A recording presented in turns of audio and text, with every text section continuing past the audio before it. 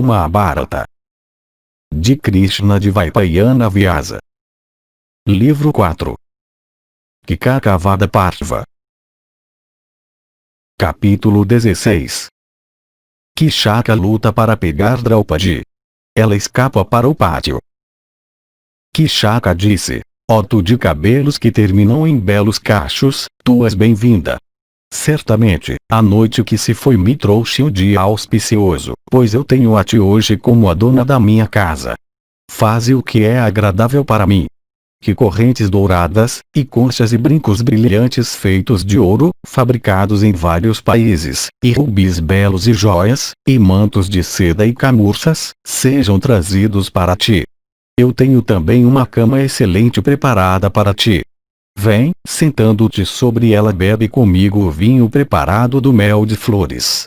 Ouvindo essas palavras, Draupadi disse: eu fui enviada para ti pela princesa para levar vinho. Traze-me vinho rapidamente, pois ela me disse que ela está com muita sede. A isso Kishaka disse: ó dama amável, outros levarão o que a princesa quer. E dizendo isso, o filho de Suta segurou o braço direito de Draupadi. E nisto, Draupadi exclamou: como eu nunca, por intoxicação dos sentidos, fui infiel aos meus maridos nem em coração, por esta verdade, ó canalha, eu te verei arrastado e jazendo impotente sobre o solo. Vaisampayana continuou: vendo aquela dama de olhos grandes criticando-o dessa maneira, Kishaka de repente, agarrou-a pela ponta do seu traje superior, quando ela tentou fugir. E agarrada com violência por Kishaka, a princesa bela, incapaz de tolerar isso, e com corpo tremendo de raiva, e respirando rapidamente, arremessou-o ao solo. E arremessado ao solo daquela maneira, o canalha pecaminoso caiu como uma árvore cujas raízes tinham sido cortadas.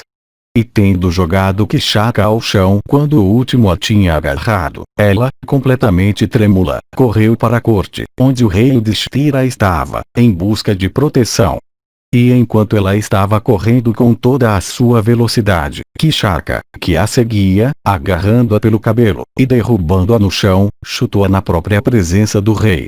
Nisso, ó Bharata, o Rakshasa que tinha sido designado por Surya para proteger Draupadi deu em Kishaka um empurrão como uma força poderosa como a do vento. E subjugado pela força do Rakshasa, Kishaka cambaleou e caiu inconsciente no chão, assim como uma árvore arrancada. E ambos, Yudhishthira e Bhimazena, que estavam sentados lá, contemplaram com olhos coléricos aquele ultraje a Krishna por Kishaka. E desejoso de empreender a destruição do pecaminoso Kishaka, o ilustre Bhima rangeu os dentes de raiva. E a sua testa estava coberta de suor, e rugas terríveis apareceram sobre ela. E uma exalação fumegante se projetou dos seus olhos, e seus cílios se eriçaram. E aquele matador de heróis hostis pressionou sua testa com as mãos. E impelido pela raiva, ele estava prestes a se levantar com velocidade. Nisso o rei Yudhishthira, com medo de ser descoberto, apertou seus polegares e mandou Bhima se conter. E Bhima, que então parecia um elefante enfurecido mirando uma árvore grande, foi assim proibido por seu irmão mais velho. E o último disse: procura, ó cozinheiro, árvores para combustível. Se tu precisas de molhos de paus, então sai e derruba árvores. E a lamentosa Draupadi de quadris formosos, aproximando-se da entrada da corte, e vendo seus maridos melancólicos, desejosos ainda de manter o disfarce, obrigados por sua promessa, com olhos queimando em fogo, falou estas palavras para o rei dos Matsyas: pai, o filho de um Suta chutou hoje a esposa orgulhosa e querida daqueles cujo inimigo nunca pode dormir em paz mesmo que 4 reinos estejam entre ele e eles.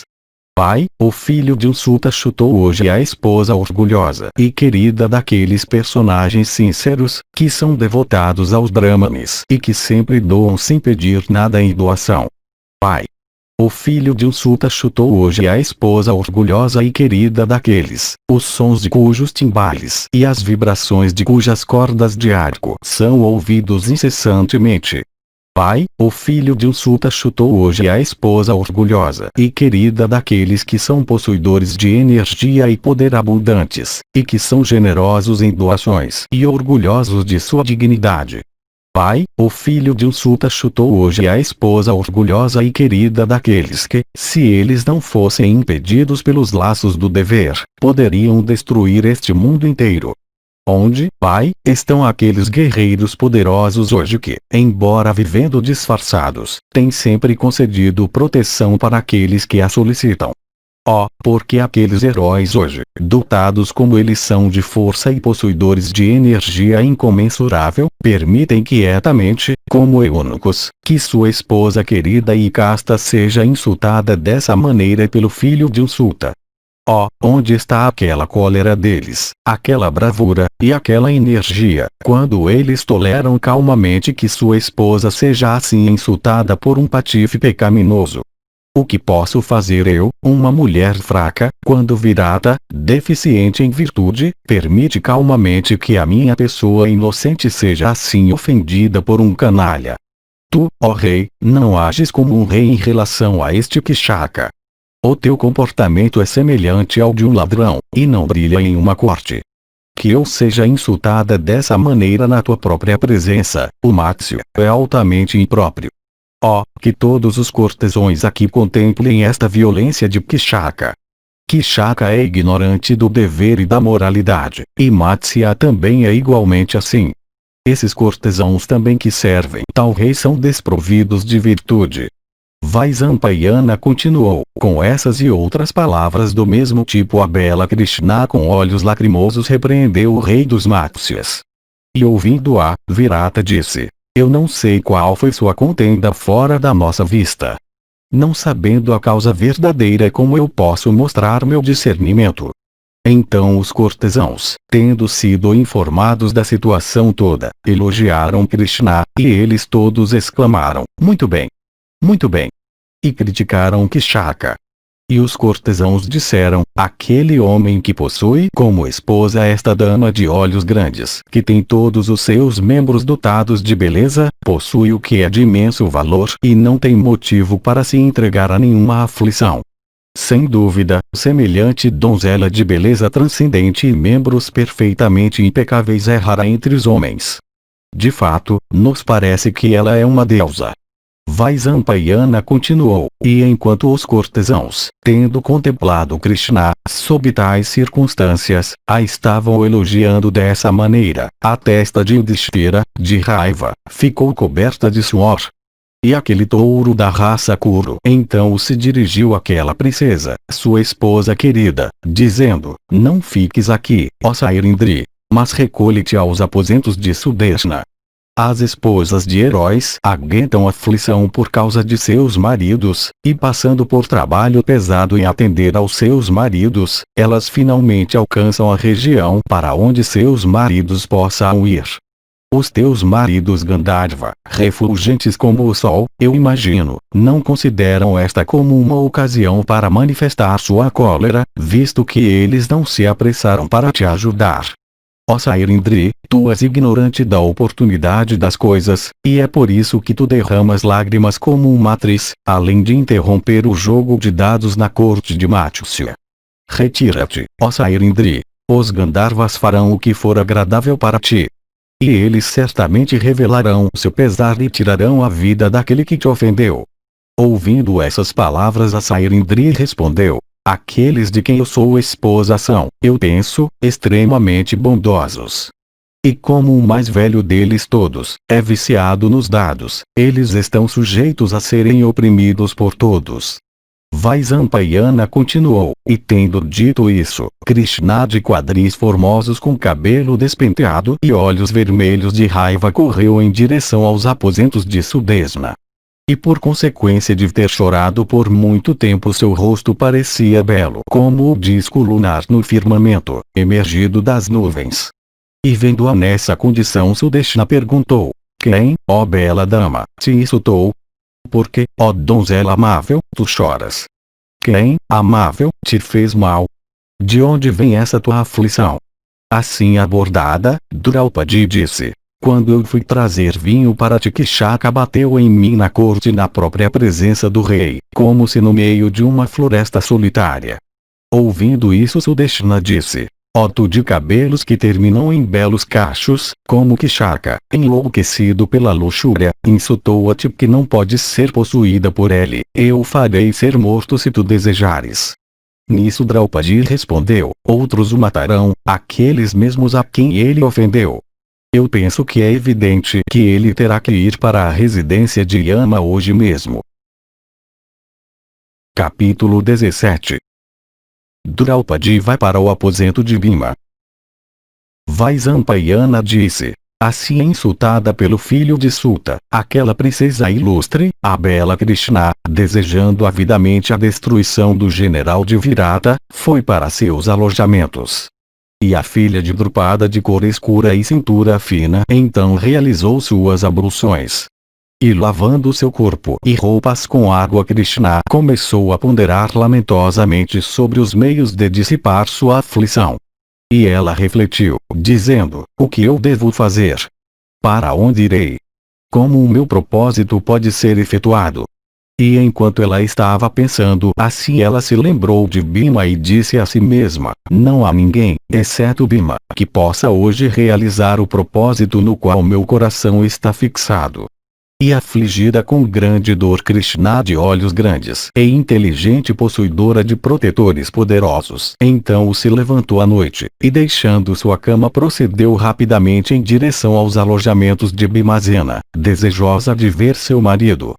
E possuidora de grande inteligência, a filha de Drupada entrou nos alojamentos de seu marido, dizendo: como tu podes dormir enquanto aquele comandante infame das forças de Virata, que é meu inimigo, ainda vive, tendo cometido hoje aquele ato vil? Vaisampayana continuou: então o quarto onde Bhima dormia, respirando fortemente como um leão, sendo cheio com a beleza da filha de Drupada e de Bhima de grande alma, resplandeceu em esplendor. E Krishna, de sorrisos doces, encontrando Bhimazena nos aposentos da cozinha, aproximou-se dele com a avidez de uma vaca de 3 anos de idade criada nas florestas, se aproximando de um touro forte, em sua primeira estação, ou de uma grande garça fêmea vivendo perto da margem do rio, se aproximando de seu companheiro na época do acasalamento. E a princesa de Panchala então abraçou o segundo filho de Pandu, assim como uma trepadeira abraça uma sala enorme e poderosa nas margens do Gomati. E abraçando-o, Krishna, de feições impecáveis, o acordou como uma leoa acorda um leão adormecido em uma floresta não pisada. E abraçando Bhimazena, assim como uma elefanta abraça seu companheiro poderoso, a impecável Panchali se dirigiu a ele em voz doce como o som de um instrumento de corda emitindo a nota Gandhara. E ela disse: levanta, levanta. Porque tu, ó Bhimazena, deitas como um morto. Certamente, aquele que não está morto nunca permite que viva um canalha pecaminoso que envergonhou sua esposa. E, despertado pela princesa, Bhima, de braços fortes, então se levantou e sentou em sua cama coberta com um colchão esplêndido. E ele, da tribo Kuru, então se dirigiu à princesa, sua esposa querida, dizendo: para que propósito tu vieste para cá em tal inquietação? Tua cor está fraca e tu pareces magra e pálida. Conta-me tudo em detalhes. Eu devo saber a verdade. Seja aprazível ou doloroso, agradável ou desagradável, conta-me tudo. Tendo ouvido tudo, eu aplicarei o remédio. Só eu, ó Krishna, tenho direito à tua confiança em todas as coisas, pois sou eu que te liberto de perigos repetidas vezes. Dize-me rapidamente qual é o teu desejo, e qual é o propósito que tu tens em vista, e volta para a tua cama antes que outros despertem. Capítulo 18. Queixa-se da aflição na corte. Draupadi disse: qual aflição não tem aquela que tem Yudhishthira como marido? Conhecendo todas as minhas angústias, por que tu me perguntas? O Pratikami me arrastou para a corte no meio de uma assembleia de cortesãos, me chamando de escrava. Aquela dor, ó Bharata, me consome. Que outra princesa, exceto Draupadi, viveria tendo sofrido tal miséria intensa? Quem mais, salvo eu mesma, poderia suportar este segundo insulto como o perverso Sendava me ofereceu enquanto residia na floresta? Quem mais da minha posição, exceto eu mesma, poderia viver, tendo sido chutada por Kishaka na própria vista do rei perverso dos Matsuras? De que vale a vida, ó Bharata, quando tu, ó filho de Kunti, não me achas miserável, embora eu esteja afligida com semelhantes mágoas? Aquele canalha vil e pecaminoso, ó Bharata, conhecido pelo nome de Kishaka, que é um cunhado do rei Virata e o comandante das suas tropas, todos os dias, ó tigre entre homens, se dirige a mim que estou residindo no palácio como uma Sairindri, dizendo, torna-te minha esposa. Assim solicitada, o matador de inimigos, por aquele canalha que merece ser morto, o meu coração está arrebentando como uma fruta amadurecida na estação. Critica aquele teu irmão mais velho viciado no execrável jogo de dados, por cujo ato somente eu sou afligida com tal dor.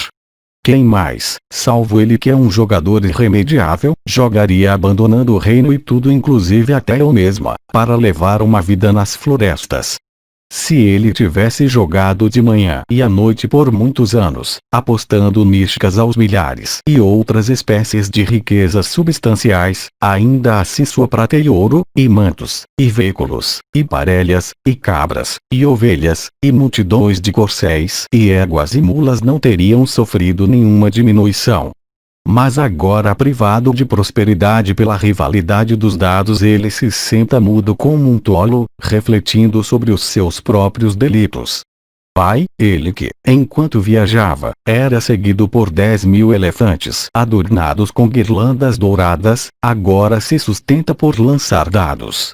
Aquele Yudhishthira que em Indraprastha era adorado por reis e destreza incomparável a centenas de milhares, aquele poderoso monarca em cuja cozinha 100.000 criadas, com pratos na mão, costumavam todos os dias alimentar convidados numerosos dia e noite, aquele melhor dos homens generosos, que dava, todos os dias, 1.000 nísticas, pai, ele mesmo subjugado pelo infortúnio por consequência do jogo que é a raiz de todos os males agora se sustenta por lançar dados.